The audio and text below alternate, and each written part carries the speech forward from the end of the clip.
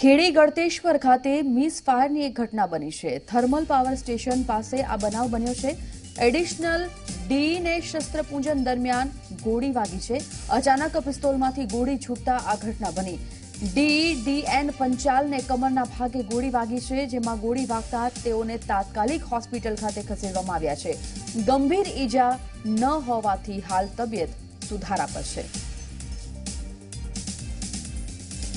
योगिन दर्जी हमारा संवाददाता फोनलाइन पर जोड़ाई गया है। योगिन, शस्त्रपूजन दरमियान मिसफायर थयुं छे, तेमां जे आ डी ने गोળી वागी छे, शुं माहिती छे अने हाल तेओनी तबियत केवी छे? संजीवनी, हाल जे अधिकारी छे તેમની તબિયત સારી હોવાના સમાચાર મળી રહ્યા છે। એ સારી બાબત છે।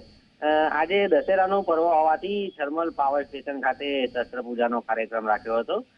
જ્યારે શસ્ત્રપૂજન ચાલતું હતું ત્યારે અચાનક જ એક પિસ્તોલમાંથી મિસફાયરિંગ થયું હતું અને આજે ડીએન પંચાલ સાહેબ છે, એડિશનલ ચીફ એન્જિનિયર છે થર્મલ પાવર સ્ટેશનના, તેઓને કમરના ભાગે ગોળી વાગી હતી।